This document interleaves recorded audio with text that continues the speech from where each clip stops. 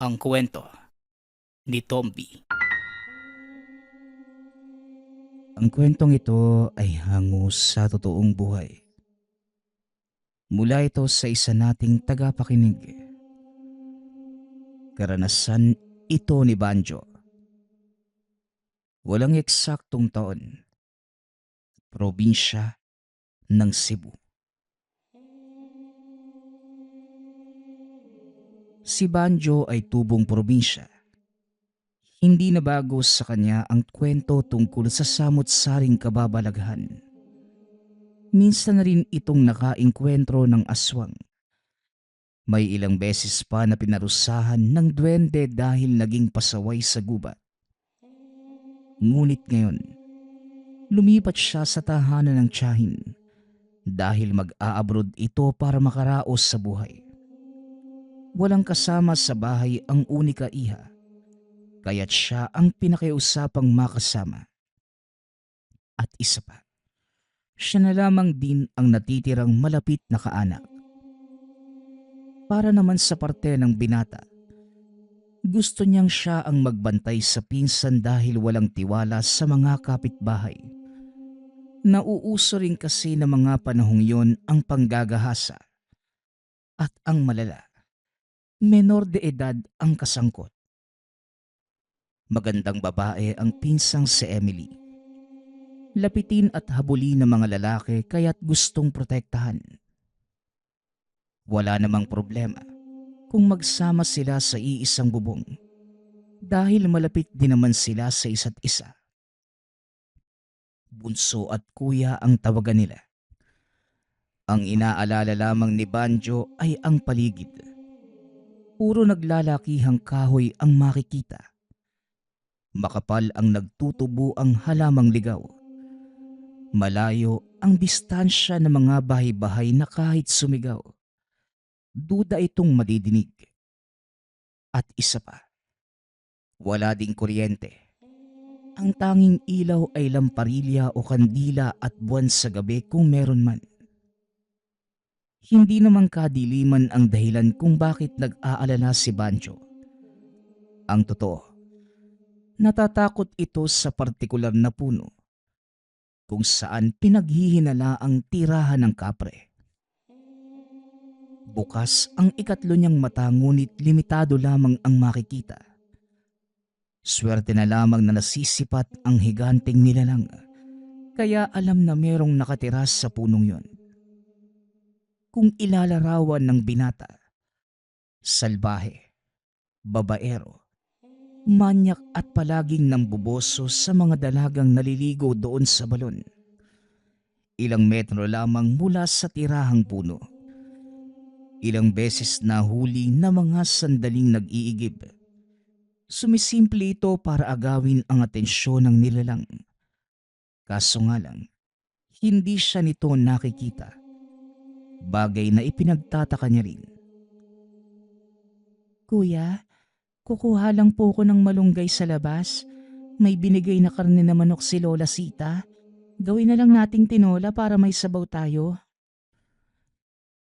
Pagpapaalam ni Emily, na kagad naman hinindian ni Banjo. Ako na, Emily. Dito ka na lang sa loob.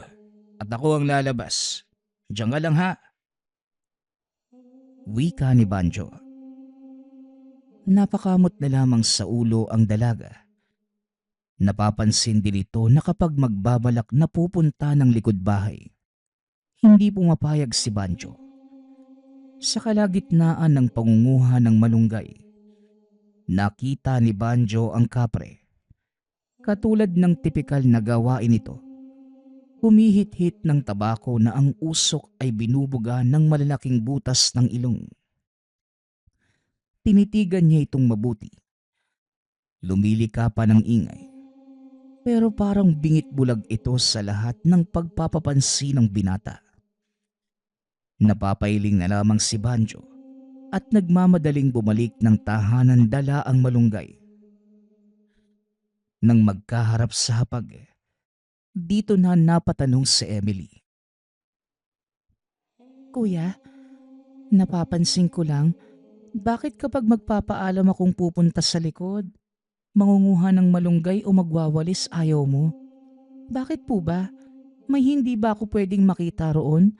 Bawal na ba akong umapak sa bahaging yun?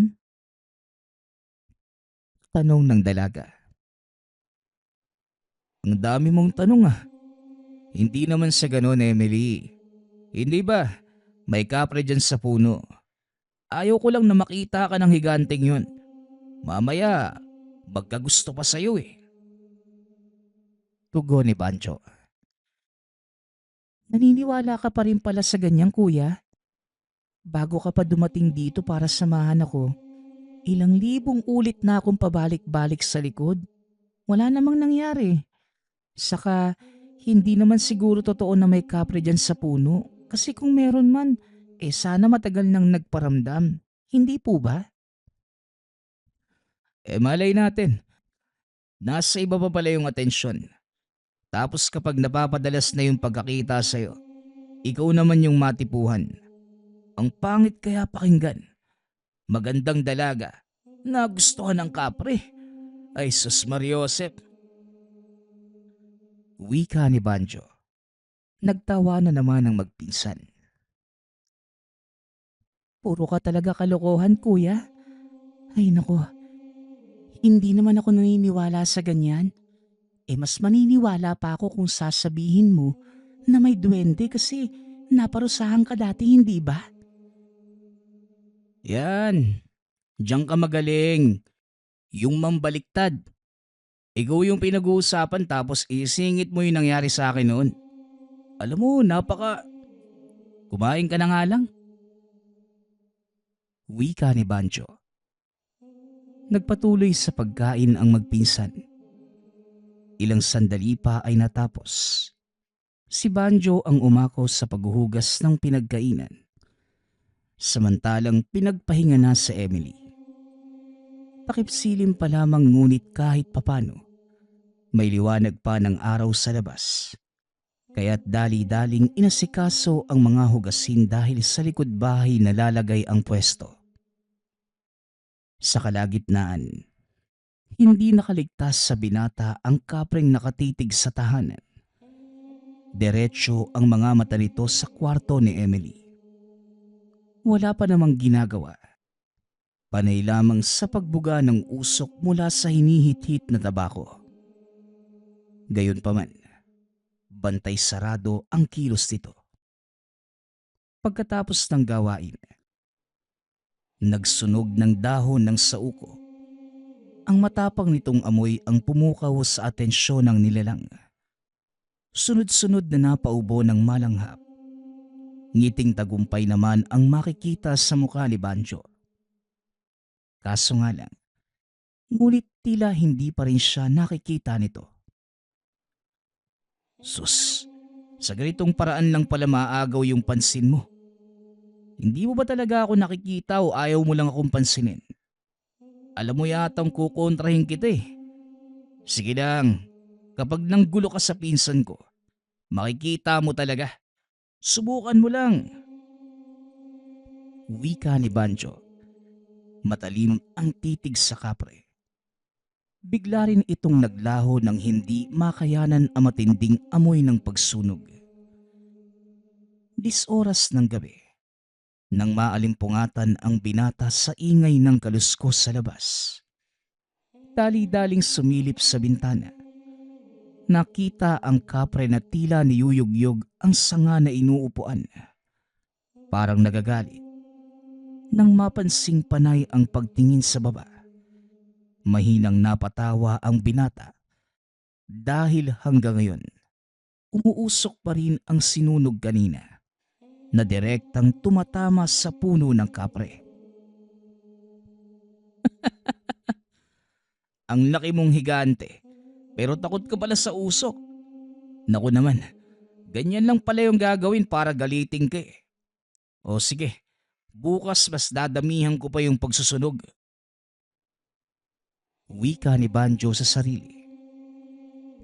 Kinabukasan, maaga pa lamang ay nag-ipon na ng daon ng sauko si Banjo. Patutuyuin lamang ng kaunti sa init ng araw. tapos susunugin mamayang hapon para inisin ang kapre. Kaso nga lang, naging abala sa mga sumunod na oras dahil pinatawag ng kaibigan para magpatulong sa pangunguha ng halamang gamot para sa lolong manggagamot na si Mang Waldo. Ang matandang ito ang tumulong sa kanya ilang beses matapos mabiktima ng elemento. Pagkatapos, hindi na nakauwi kagad dahil naimbitahan pang maglaro ng baraha. Marunong naman ito at may kaunting barya kaya kumasa. Takip-silim na nang maalala ni Banjo na naiwang mag-isa ang pinsang si Emily. Dali-daling nagpaalam. Nataranta ito. Nang makita ang kapre na nakangiting nakatitig sa pinsan habang naghihintay sa kanya sa bakuran. Otomatikong bumunot ng posporo, sabay sindi sa dahon ng sauko. At nang tuluyang umusok, nagwala ang nilalang. Madidinig ang matinding kaluskos ng mga dahon.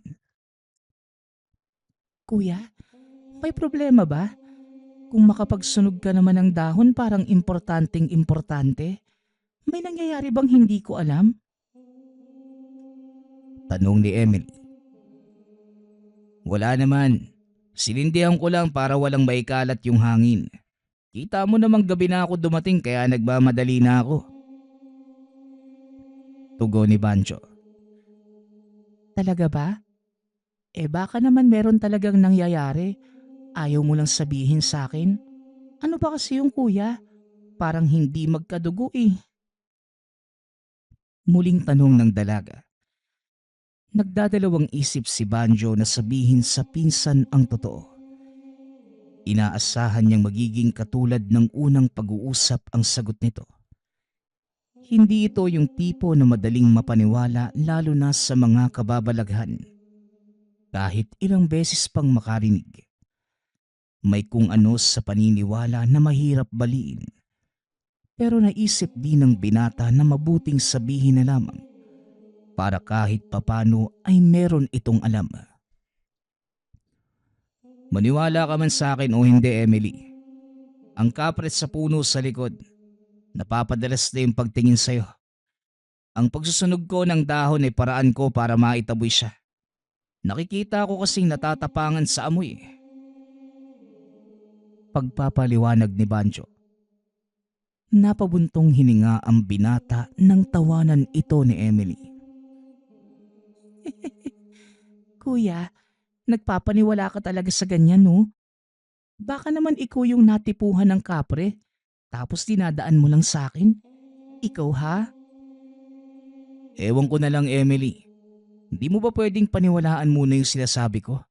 Kahit ngayon lang, seryosohin mo ko. Kuya, ang hirap kasi niyan.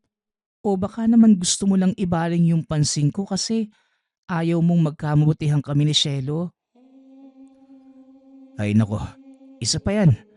Ayaw kong maging kayo ni Shelo. Kasi siga-sigaan yun sa sityo tapos ang bata-bata mo pa para pumasok sa isang relasyon. Teka nga, iniiba mo na yung usapan ha? Hindi bali na, magpahinga ka na nga lang doon. Wika ni Banjo. Buntong hiningang napailing ang binata. Nagsisisi nang makalimutang humingi ng pabor sa manggagamot kanina. Balak pa sanang isumbong ang tungkol sa kapre. Nangako na lamang nagagawin ito kinabukasan. Madaling araw nang bumangon si Banjo. Napabalikwas ng makaramdam na mabigat na presensya. Bahagyang naipikit ang mga mata para aninagin ang figura ng tao sa may bintana. Kagad kinlabutan ng maalalang nasa ikalawang palapag. Sa tayog ng bahay, imposibleng maabot ito ng tao. Ang anino, pasimpleng pabalik-balik ng lakad. Dali-daling kinapa ang 1 metrong 2x2 sa ilalim ng higaan at saka dahan-dahang lumapit. Kaso nga lang, pagkabukas ng bintana, si Banjo ang natigilan dahil ang bumungad sa kanya. Walang iba kundi ang kapre. Sumisilip ito sa kwarto ni Emily. Nanginig si Banjo nang maklaro ang itsura nito. Malaki ang muka, mabaho, malaki ang butas ng ilong, mabalahibo ang katawan, malaki ang tenga, magulo ang buhok na parang alambre sa tigas. Hindi nawawala ang amoy ng tabako. Ang mga matang mapupula ay nakatuon sa kinalalagyan ni Emily. Sarado ang bintana, ngunit dahil may ilaw sa lamparilla, kahit papano ay naaaninag sa loob. Nang tangka ng kapreng buksan ng bintana, walang pagdadalawang isip na hinampas ng paulit-ulit. Natatamaan ito, ngunit mababakas ang pagtataka dahil panaylinga lamang sa paligid. Hinahanap kung ano ang tumatama sa ulo. Tumilapon ang binata ng hampasin ng malaking kamay ang kinalalagyan. Gayunpaman, hindi may kakaila ang reaksyon ng nilalang. Hindi siya nito nakikita. Ilang sandali pa, ito na mismo ang kusang umalis. Si Banjo sa kabilang banda naman, hindi na nakatulog sa kaiisip. Para malinawan, maagang lumabas ang binata at pupuntahan si Mang Waldo. Kagad naman siyang hinarap dahil wala pa namang ginagawa. Walang paligoy-ligoy at diretsyo sa pagtatanong. Manong, bakit hindi ako nakikita ng kapre? Merong gumagambala sa amin pero hindi niya ako nakikita eh. Hindi ko alam kung sinadya o ano. Pero kung gusto ko siyang saktan, kagaya ng paghampas ko kagabi, natatamaan ko naman siya. Ano po ba talagang nangyayari? Tanong ni Banjo. Ngumiti lamang si Mang Waldo. Ang totoo, may ginawa sa binata noong huling ginamot. Napapagod na ito sa pagbalik-balik nito kaya't gumawa ng hakbang. Hindi ka rin titigil kung walang sagot na makukuha. Kaya sasabihin ko na lang, pinainom kita ng tawas ng asul na kalsite. May hinalo ako para manatili sa loob mo ng ilang buwan. Para naman matagal-tagal pa bago ka mabiktima muli ng elemento. Ilang ulit ka nang pumarito para magpagamot eh. Nagsasawa na ako sa mukha mo. Kaya ako ginawa yon. Tugon ng matanda na ikinagulat ni Banjo. Ano po? Asul na kalsite? Ano naman po yun? Hindi ba ako mahihilo niyan? Ang sabi mo pa naman nasa loob ng katawan ko. Malamang hindi. Baka bubuti nga ito sa katawan, lalo na sa espiritual na kamalaya. Dahil inaabsorba nito ang positibong enerhiya at itinataboy ang negatibo. Sinamahan ko na rin ng kaunting sabulat para naman makapagpahinga ka sa pambibiktima ng mga elemento. Naging suki ka na eh. Ngayon na hindi ka nakikita ng kapre, sabi mo, samantalahin mo. Gamitin mo para maipaglaban at maipagtanggol ang pinsan mong babae. Bibigyan pa ba kita? Tanong na matanda. Dahil sa tumatakbong ideya sa isipan, walang pagdadalawang isip na humingi ng asul na kalsite si Banjo. Kaunti lamang ang binigay ni Mang Waldo dahil may pagdududa sa ngiti ng binata. Tinuruan na lamang ito kung paano gagamitin at binalaan na saka lamang kapag kinakailangan. Pagsapit ng takip siling, dumiretso sa likod bahay si Banjo para magpausok ng dahon ng sauko. Binudbura ng tawas ng asul na kalsite. Pinaypayan pa para dumiretso sa punong tinitirahan ng kapre. Takip siling, kaya't lumabas ang nilalang. Ngunit para magwala lamang sa matinding amoy ng sauko at bisa ng kristal. Palipat-lipat sa ibang puno para lamang makaiwas. Ngunit hindi ito tinantana ng binata. Itinodo ang pagpapaypay, humabol lamang ang usok sa nilalang. Napakalakas ng tawa nang makitang natatarantang lumayo ang higante. Parang unggoy itong lumalambitin sa mga sanga. Sumuot ito sa masukal na bahagi. Kuya, ayos ka lang ba? Para kang bata na naglalaro dyan. Yung mga manok po patukain mo na. Nalipasan na sila ng gutom. Wika ni Emily. Nakalimutan na ni Banjo ang mga gawain dahil sa kakaisip ng plano para guluhin ang kapre. Subalit ningid sa kalaman ng binata na ito ang magiging simula ng mas malaking problema. Pagsapit ng gabi, hindi mapakali sa kwarto si Banjo habang tanaw sa bintana ang kapre. Masama ang tingin nito na pinasadahan ang buong tahanan. Kinuha ang dahon ng buyo na pinagbalot ng tawas ng asul na kalsite. Naghanda ng isang baso ng tubig at saka binuhusan ng kaunti. Pumesto sa bintana at pasimpleng winisikan ang direksyon ng puno, kaso nga lang, hindi ito umabot dahil malayo. Matyaga siyang naghintay. Ilang sandali pa ay lumapit na ang higante sa tahanan. Mabilis ang kilos nito na dire-diretso ang lakad papunta sa bintana ng kwarto ni Emily. Hindi na ito hinantay pa ni Banjo. Nang maabot, kaagad sinabuyan ng tubig na may tawas ng kristal. Napahiyaw ang nilalang. Umaatras habang nagwawala. Akala mo siguro magtatagumpay ka na, no? Hindi dahil elemento ka. Magagawa mo na ang lahat ng gugustuhin mo. Malas mo lang dahil may bisa pa ang asul na kalsite at sa bulag na nilapat sa akin ni Mang Waldo. Kaya nakakaya kita.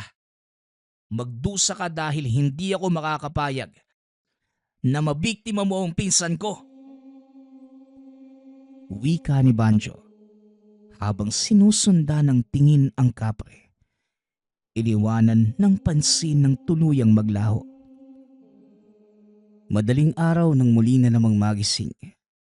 Sa puntong to, bukas ang bintana sa kwarto ni Emily. Nakadungaw doon ang kapre. Dali-daling nagpunta sa kabilang silid si Banjo at kagad nagsaboy ng tawas. Nagwala na naman ang higante habang hinahampas ang mukhang umuusok. Napaso ito sa asul na kalsite. Ilang beses pang natumba. Halos pagapang na bumalik sa puno. Maingat namang isinara ang bintana at nilagyan ng tawas para hindi na ito malapitan pa ng elemento.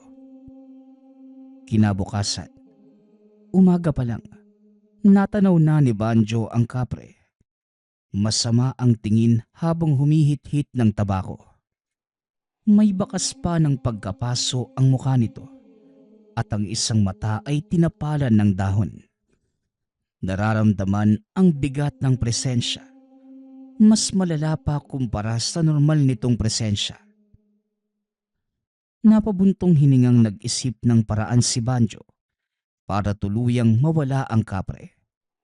Hindi uubra ang tawas dahil may tataboy lamang sa maiksing oras tapos babalik din. Nang mabilang ang naipong pera, pinuntahan ang magtotroso para ipaputol ang puno. Dahil pera ang usapan, pumayag naman ang mag-amang Floro at Opel. Agarang itinumba ang puno kung saan nakatira ang kapre. Tignan lang natin kung saan ka napupulutin ngayon. Ang sabi pa naman, mapili kayo ng puno na matitirhan. Doon ka nakamos sa malayo at huwag ka nang bumalik dito para hindi magulo yung buhay mo. Wika ni Banjo. Magmula sa araw na naputol ang kahoy, hindi na nagparamdam pa ang kapre. Subalit may pagbabago sa pisikal na anyo ni Emily. Ang makinis na balat, biglang gumaspang na para bang matandang babad sa init ng araw. doon sa taniman. Nagrereklamo na rin dahil napapadalas ang paghirap sa paghinga tuwing gabi. Ayon dito, tila may mabigat na dumadagan sa dibdib. Noong una, inisip ni Banjo na baka namana ng pinsan ang sakit sa balat ng yumao nitong ama. At ang kakapusan ng hininga, nakuha naman sa ninuno na may karamdaman sa puso. Ipinagpalagay ng binata na ganito ang lahat. Ngunit sigurado ang dalaga na merong mali. Pinaliwanag ng mabuti kay Banjo ang nangyayari. Nakikinig naman ang binata, ngunit hindi kagad na proseso sa isipan. Sigurado itong lumayas na sa lugar ang kapre, kaya nahirapan itong maniwala na may nakikitang tao ang pinsan. Pabalik-balik na sumisilip sa bintana. Walang sino man ang makakakyat sa bahaging yun dahil walang anumang matutuntungan o maaapakan. At isa pa, ang tanging makakagawa nun ay isang higante. Teka Emily, sigurado ko ba talaga sa sinasabi mo? Baka naman nananaginip ka lang o namamalik ba ta? Tanong ni Banjo. Hindi nga kuya. Sigurado po talaga ako. Malaki nga po yung ulo eh. Tapos parang malaki rin yung pangangatawan niya. Halos sumakto sa bintana ang hubog. Kapag nandyan po siya, bumibigat ang dibdib ko na parang may sumasakal. Pagpapaliwanag ni Emily, napalunok si Banjo. Kinakabahan. Napapatanong kung wala na bang bisa ang asul na kalsite sa loob ng katawan. Ubos na rin ang tawas na hiningi sa manggagamot. Kampante na sana na wala ng manggugulong nilalang. Ngunit ito sila ngayon. May bagong kinakaharap. Kuya, itong nangyayari sa akin, baka biktima na rin ako ng elemento. Tingnan mo ang balat ko. Gumaspang at unti-unti nang kumukulubot. Wika ni Emily. Huwag kang magalala. Mamaya pupuntahan natin si Mang Waldo. Hihingi tayo ng tulong sa kanya. Sa ganitong usapin, siya lang talaga yung makakatulong sa atin eh. Tugon ni Banjo. Inakay ang pinsan papunta sa tahanan ng manggagamot. Maging sa paglalakad ay hirap na rin ito. Namamanhid bigla ang mga binti. Kagad naman silang inasikaso ng albularyo dahil sumakto ang pagdating. Kakatapos lamang nito sa pagsuri sa naunang pasyente. Unang tingin pa lamang ay napailing na si Mang Waldo. Sabay tingin kay Banjo. Binigyan ng paunang lunas ang balat ng dalaga. Pagkatapos, pinagpahinga muna. Tinawag ang binata para makausap. Sinasabi ko na nga ba na may gagawin kang hindi kaaya-aya. Tignan mo ang nangyari kay Emily. Hindi ako magdadalawang isip na sabihin kagagawan mo ito. Wika ni Mang Waldo. Kunot noong napatitig ang binata sa manggagamot. Ano po? Bakit naman kagagawan ko? Ano po bang ginawa ko? Tanong ng binata. Nagtatanong ka pa eh. Ay nako. O sige, para malaman mo, makinig kang maigi. Ginamit mo ang tawas para gambalain ang kapre. Nagalit kaya ito bumawi. May utak ka naman sana kaso hindi mo nagamit ng maayos. Ang mahigpit kong ibinilin, gamiting pangontra ang tawas ng asul na kalsite. Hindi gamiting sandata para unahan mo ang nilalag. Ang nangyari, binalikan ng pinsan mo. Binigyan ng karamdaman sa balat para masira ang kagandahan. Ang sinasabing hirap makahinga sa gabi dahil iyon sa marahas na pagdalaw ng elemento. Inunahan mo kaya nagkaganon. Pagpapaliwanag ng manggagamot. Napakurap na lamang si Banjo habang nakikinig sa salita ng albularyo. Dito napagtanto ang ginawa sa nilalang. Dagdag pa nito, mas magiging salbahe ang dating ng higante dahil nasagad na ang galit. Asahan pa ang mas matinding pagpaparamdam. Humingi naman ng tulong ang binata ngunit sa pagkakataong yun, hindi na nagtiwala si Mang Waldo. Pangako ho, gagamitin ko na talaga sa tama. Manong, pakiusap, bigyan mo pa ako ng tawas para maitabo yung kapre kapag pupunta sa bahay. Pagmamakaawa ni Bancho. Hindi na. Ako na mismo ang pupunta sa inyo para lapatan ng pananggalang ang buong tahanan. Kung bibigyan kita, posibleng sasayangin mo lang ang kalsete. Mahirap makahanap nito at hindi madaling magawa ang tawas dahil lalapatan ko pa ng bisa, orasyon at dasal. Tugon ng albularyo. Matapos ang usapan, binalingan muli ni Mang Waldo si Emily. Sinuri ang kalagayan ng balat. Nilapatan ng mabisang gamot na pinainom ng tubig na may basbas at kaunting tawas ng asul na kalsite.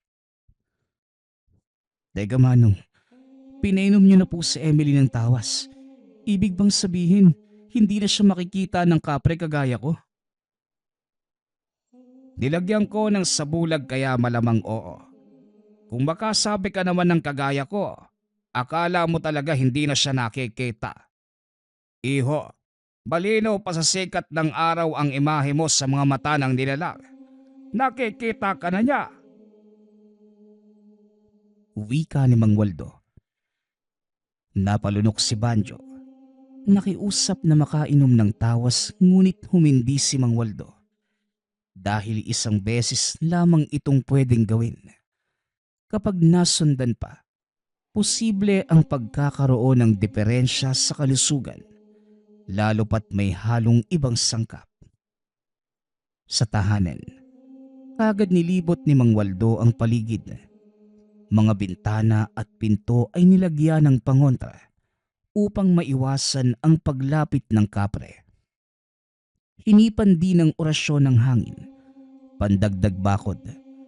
Pagkatapos ay mahigpit na binalaan si Banjo. Dahil ikaw ang tatayong magulang sa inyong dalawa ng pinsan mo, siguraduhin mong magagamit sa oras na kinakailangan lamang ang tawas. Ito lang ang natira sa akin. Banjo, subukan mong sayangin ay makakatikim ka talaga sa akin. Bantayan mo rin si Emily.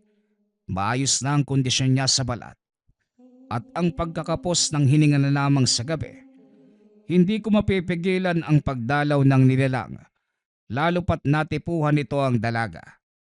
Ang tanging magagawa ko lamang ay kontrahin ang paglapit niya. Tandaan mo, huling tawas na lamang ito kaya ayusin mo na. Makakaasa po kayo, Mang Waldo. Maraming salamat po sa tulong ninyo. Wika ni Banjo. Matapos matanggap ang dahon ng buyo na ginawang balot sa tawas. Buntong hiningang binantayan ni Banjo ang natutulog na pinsan. Nakatulog na lamang sa kakaiyak nang mapagtantong biktima ng kapre. Sinisisi din niya ito dahil ayaw siyang paniwalaan. Kung una pa lamang ay naniwala na ito, siguro't hindi ganito kalala ang takbo ng kaganapan. Gayunpaman, iwinaksi na lamang ng binata ang naiisip dahil kung tutuusin, nangyari na ang lahat ng nangyari. Hindi nagtagal. Nakarinig ng kaluskos sa labas. Sinundan ng mabibigat na yabag. Pagtayo ni Banjo, bumungad ang anino ng kapre. Litaw sa kadiliman ang nanlilisik na mga mata. Dire-diretso ang lakad ngunit biglang nahinto nang makita ang binata. Dumako ang tingin sa hawak nitong dahon ng buyo. Biglang tumigas ang muka't bumalandra ang galit. Nagpatuloy ito sa paghakbang. Bago maisaboy ang tawas ay nabitawan matapos makaramdam ng pagkakasakal. Tarantang-taranta si Banjo na mga sandaling yon. Naiangat siya nito. Nagtataka din sa pagkakataong yun. Magkasing tangkad lamang sila. Nakapasok ng hindi namamalayan. Tuwang-tuwa pa ang elemento habang siya naman ay nahihirapan. At hindi lang yun. Gumulong ito pababa ng hagdan. Sumunod at muli pang patuloy na sinaktan. Gumapang sa kanilalagyan ng patalim.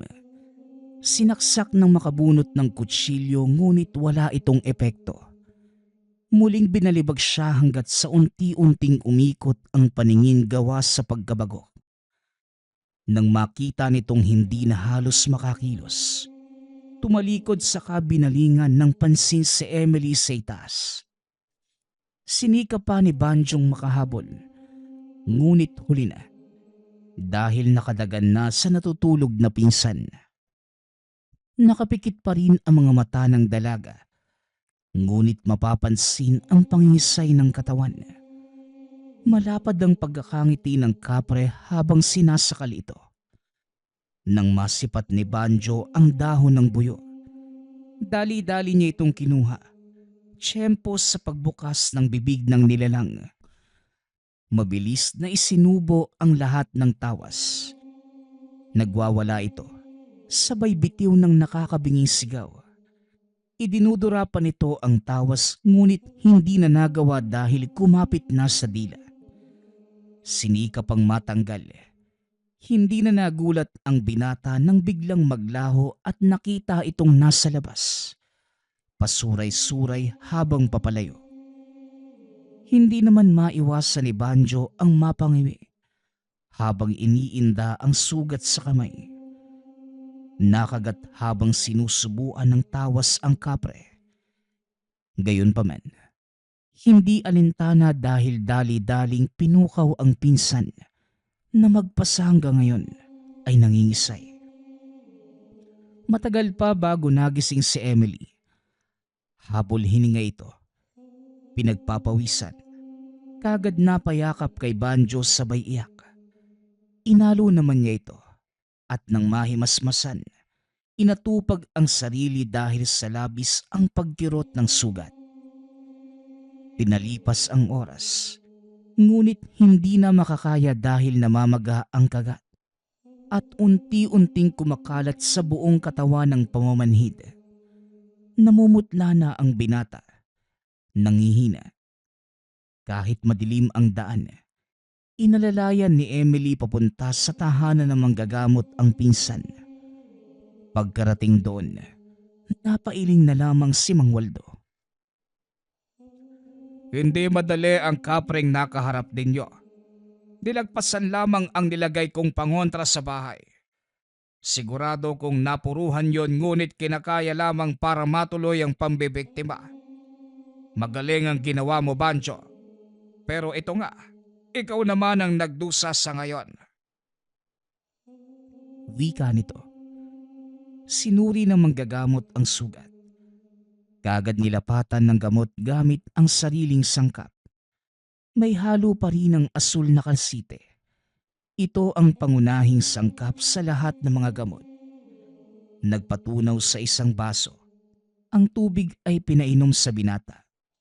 Binutbura ng tawas ang sugat at saka binalot ng dahon ng buyo. Manong, gagaling pa si kuya pagkatapos ng gamutang to? Oo naman. Tong batang to parang hindi ako kilala. Mahusay kaya akong manggagamot. Miyembro ng pamilya mo ay saking lumapit kapag may karamdaman. Lalo na sa mga elemento tapos nagdududa ka pa. Hindi kasi tumalab sa kapre yung nilagay mong pangontra sa bahay, kaya hindi ko maiwasang magtanong. Abat salbahe tong batang to ah. Nakalusot lang ang nilalang. Pinagdudahan na kagad ang kakayahan ko. Diyos mio. Wika ni Mang Waldo habang kumakamot ng ulo. Lumipas ang ilang araw. Unti-unting naghilom ang sugat ni Banjo. Pinaliwanag ng mabuti ni Mang Waldo kung bakit nangahas ang kapre sa kabila ng paglapat ng pangontra sa bahay. Winasak ng binata ang punong tinitirhan, kaya kahit gaano pa katapang ang bakod sa lugar, susuungin pa rin para lamang mabiktima ang natipuhan. Sinagad ni Banjo ang galit ng higante, kaya't gano'n na lamang ang reaksyon nito. Sinuri din ni Mang Waldo ang gubat malapit sa tahanan. Walang bakas ng kapre sa lugar. Matapos malunok ang tawas ng asul na kalsite. Pinuri pa niya si Banjo sa nagawa nito. Para naman sa binata, ang sarili pa rin ang sinisisi. Kung hindi lang sana inunahan ang kapre, siguro'y mas magaan sa dinaranas ang nangyari. Gayunpaman, laking pasasalamat dahil nandyan si Mang Waldo na sa kabila ng lahat, nakahanda pa rin tumulong sa kanya. Bukod pa rito, ang mga padalos-dalos niyang kilos ay nagsilbi ding aral. Ang susunod nating kwento ay mula sa isa nating tagapakinig. Karanasan ito ni Bobong. Walang eksaktong taon. Probinsya ng Iloilo. Sa isang liblib na bahagi ng Iloilo, may isang kubong nakatayo sa gitna ng kagubatan. Malayo sa ingay ng baryo, malayo sa karaniwang buhay ng tao. Dito nakatira si Bobong at lolo na si Lolo Mano, isang kilalang manggagamot sa lugar at isa ding lihim na manunugis ng aswang. Ang paligid ng tahanan ay puno ng mga halamang pangontra, bawang, lagundi at kung ano-ano pang hindi kayang pangalanan ng binata. Sa bawat haligi ng bahay ay may mga bote ng itim na likido. Mula pa pagkabata, iminulat na si Bobong sa katotohanan na hindi lamang alamat ang aswang, totoo sila. Isang gabi, isinama ito ni Lolo Mano sa pangangaso. Tahimik ang paligid, walang kuliglig, wala ring hangin na parang may nag-aabang. Lolo, sigurado ba tayo rito? Tanong ni Bobong. Manahimik ka lang. Sila mismo ang lalapit sa atin. Mula sa kanyang bayong, nilabas na matanda ang isang bagay na nagpatindig ng balahibo ni Bobong. Isang inunan ng bagong silang na sanggol. Inilatag pa ito sa dahon ng saging at lumipas ang ilang minuto. Hanggang sa may gumalaw sa dilim, isang malaking itim na pusa ang unti-unting lumalapit. Ngayon na, sa isang iglap, hinagisan ng lambat na matanda ang nilalang. Sumugod ang maglolo. Nakipagbuno si Bobong kahit nanginginig. Lolo, hindi ito normal na pusa. Sa isang mabilis na galaw, tinaga ng punyal ang leeg nito. At doon, unti-unti itong nagbago. Nagkaroon ng pakpak. Tumalas ang mga ngipin. Umitim ang balat. Isa pala itong aswang. Ibiniti nila ito sa puno, pabaliktad. Sa ilalim ng ulo nito ay naglatag si Lolo Mano ng kahoy at tawas. Hindi kagad ito pinatay. Pinahirapan lamang muna. Lolo, bakit hindi na lang natin kagad tapusin? Maghintay ka lang. May iluluwa pa yan. Kinabukasan, bumalik sila. Patay na ang nilalang. Tinusok-tusok na matanda ang tiyan nito. Hanggang sa merong nahulog na isang itim na bato. Lolo, ano po ba ang isang yan? Ito ang pinanggagalingan ng kanilang lakas. Inilubog ito sa bote ng matanda. Unti-unting natunaw at naging dahilan kung bakit itim ang likido sa kanilang tahanan. Lumipas pa ang ilang mga araw. Isang hapon, aalis si Lola Mano. O apo, magbumog ka ng tubig na may asin. Yan lamang ang gamot mo sa singaw mo. Oo na po, Lo. Maraming salamat po sa pagpapaalala. Nang mga sandaling yon, mag-isa lamang si Bobong. Tahimik hanggang sa may kumalabog sa bubong. Teka, hindi lang to simpleng hangin eh. Hindi siya nakatiis. Lumabas ng tahanan at dahil sa galit ay sinaboy ang tubig na may asin sa bubong. Isang sigaw, isang bagay ang gumulong paibaba. Isang itim na pusa na unti-unting nag-iiba ang anyo. Isa ka palang aswang. Ang balat nito ay parang nasunog, hindi dahil sa apoy, kundi sa tubig na may asin. Dito nagsimulang magtanong si Bobong. Kinabukasan, bumalik si Lolo Mano. Normal naman ang lahat. Ngunit hindi mapakali si Bobong. Dahil sa kuryosidad, pumunta ito sa tambakan ng mga aswang. Ang amoy ng sunog na laman, bumalot sa paligid. May mga bangkay, may mga hindi pa naganap na abo. Paano kaya kung kumuha siya ng laman, iniuwi sa tahanan, at ibinabad sa tubig na may asin?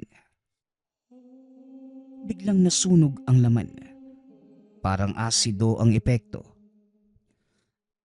Asin, ito lang pala ang susi. Wika ni Bobong sa sarili. Hanggang sa isang balita ang dumating. May bagong aswang sa baryo. Pinatay ang mga kalabaw at kinukuha ang mga lamang loob. Hindi na namin kaya. Tulungan mo kami. Ngunit may sakit si Lolo Mano na mga sandaling yun. Hindi ko kaya ngayon. Pasensya na mga kababaryo. Tahimik lamang si Bobong. Hanggang sa bigla itong nagsalita. Lolo, ako na lang po siguro ang aalis. Sa unang pagkakataon, ang binata na ang nangangaso. Pagdating sa baryo, napansin niyang normal naman ang lahat. Ngunit masyadong normal. Naniniwala ako na isa sa amin ang aswang. Napaisip ang binata. Hindi sapat ang lakas. Kailangan ng talino. Kaya gumawa kagad ito ng plano. Nagbahay-bahay. Namigay ito ng tubig. Ngunit may halong asin. Isa-isang uminom ang mga tao. Walang nangyari. Hanggang sa isang lalaki ang biglang nagsuka. Ikaw, sigurado kung ikaw. Unti-unting nagbago ang anyo nito. Naging itim. Nagkaroon ng pakpak at nasunog ang balat. Ang tubig na may asin ang nagbunyag sa kanya. Tinulungan siya ng isang lalaki, si Gaspar. Magkasama nilang dinala ang aswang sa bundok. Ibinitin, pinahirapan, hanggang sa nahulog ang itim na bato at tuluyang nasunog ang nilalang. Lo, gumana nga yung naisip ko. Pero naniniwala kong hindi lang asin ang dahilan. Ha? Ano po bang sinasabi niyo, Lolo? Oo, ikaw mismo, Apo. Ayon sa matanda, May likas na lakas si Bobong, isang enerhiyang bihira, isang bagay na kayang magpalakas sa simpleng asin. Mula ng araw na yon, naging magkasama sina Bobong at Gaspar sa pangangaso, habang si Lolo Mano naman naging tagapagpayo na lamang, at si Bobong ang naging bagong alamat. Kaya sa tuwing may darating sa kanilang kubo, "O ito, uminom ka muna." Simple lamang ang alok, kundi tubig. Ngunit hindi nila alam, ito ang magpapakita kung ano talaga sila, tao ba o aswang. Hanggang sa lumipas pa ang ilang buwan, mas dumarami ang kaso ng pagkawala. Hindi na lamang hayop, hindi na lamang buntis, pati mga kalalakihan, mga malalakas, bigla na lamang nawawala sa baryo, na parang may mas mataas na uri ng aswang. Isang hindi nila kayang ipaliwanag. Isang gabi, dumating si Gaspar, hingal na hingal at sinabing, Bobong, Bobong, hindi na ito ordinaryo. "Teka nga lang Gaspar, ano ba ang nakita mo?" Hindi na siya nagtatago. Siya yung sinusundan ng mga aswang. Natahimik si Bobong. Ang ibig sabihin, merong pinuno ang mga ito. Kapag may pinuno, hindi pangkaraniwang aswang yon. Teka lolo, anong klaseng nilalang ba ang mga yon? Posibleng mga mangkukulam na naging aswang. Pag-uusap ng maglolo, isang nilalang na hindi lamang kumakain, kundi gumagamit din ng itim na ritual. Mas matalino, mas papanganib at mas malakas. Hindi sasapat ang asin lang, Bobong. Kailangan mong makaisip ng bagong paraan. Pero lolo, yun lang po yung meron tayo. Hindi. Meron kang sariling lakas, apo. Sinundan nila ang bakas hanggang sa makarating sila sa isang bahagi ng bundok na hindi tinatapakan ng tao. Tahimik, walang hayop, walang hangin. Parang patay ang lugar. Sa gitna nito ay may isang lumang puno. Baluktot, ngunit tila may buhay. At doon nakaupo ang nilalang. Hindi ito katulad ng ibang aswang. Hindi ito mukhang hayop, ni hindi rin mukhang tao. Isang matangkad na nilalang. Payat ngunit mahaba ang mga braso. Ang balat ay tila sunog na uling. Ang mga mata ay kumikinang na pula. Sa paligid nito ay may umiikot na itim na usok. "Naaamoy ko ang dugo ng isang mangangaso," wika ng mangkukulam. Bobong, sa tingin ko mali ito. Pero Gaspar, hindi na tayo pwedeng umatras. Wika ni Bobong. Sa isang iglap, bigla na lang nawala ang nilalang. Lumitaw mula sa kanilang likuran.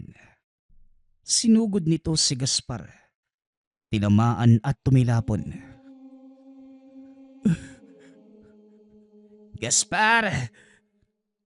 Sinugod ito ni Bobong. Tinaga ang nilalang. Ngunit parang bakal ang balat. Ni hindi ito nasugatan o tumagos. Kinuha ni Bobong ang dala niyang tubig na may asin. Isinaboy. Umusok ang balat ng nilalang at napaatras ito. Ngunit hindi ito bumagsak. Hindi pa. Hindi pa sapat." Biglang dumilim ang paligid. Parang nilamon ng anino ang kagubatan. Lumabas mula sa likod ng mangkukulam 3 aswang na kanyang mga alagad. Bobong, hindi natin to kaya. Kaya natin to, Gaspar. Maniwala ka lang. Habang papalapit ang mga nilalang, biglang naramdaman ni Bobong ang init. Hindi sa labas, kundi sa loob mismo ng katawan na parang may unti-unting nagigising. Palagi mong tatandaan na po, meron kang sariling lakas. Ito ang paulit-ulit na nadidinig sa kanyang isipan. Kinuha niya ang asin, hinawakan at para itong nagliwanag. Sumugod si Bobong. Mas mabilis at mas matapang. Isinaboy niya ang asin. Hindi na simpleng usok, ngunit parang apoy ang epekto. Nasunog ang unang aswang. Bobong, anong ginagawa mo? Hindi ko rin alam, Gaspar. Tinaga niya ng isa pa. Ngayon ay tumagos na ang itak. Bumagsak ang aswang at kusang lumabas ang itim na bato. Imposible! Muling sumugod ang mangkukulam. Mas mabilis, mas malakas. Nagbanggaan sila. Itak laban sa kuko. Sugatan si Bobong. Duguan ngunit hindi pa rin umatras. Hindi ka isang tao, ano? Mas lalong hindi ka. Kinuha niya ang natitirang asin, hinalo sa tubig, at hindi lamang isinaboy. Ininom niya ito. Bobong, anong ginagawa mo? Biglang nagliyab ang katawan ni Bobong. Hindi apoy, kundi isang nakakasilaw na liwanag. Sumugod ang binata at sa isang mabilis na galaw, tinusok niya ang dibdib ng mangkukulam.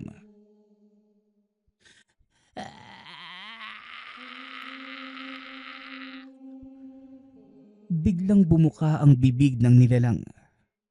Lumabas ang mas malaking itim na bato.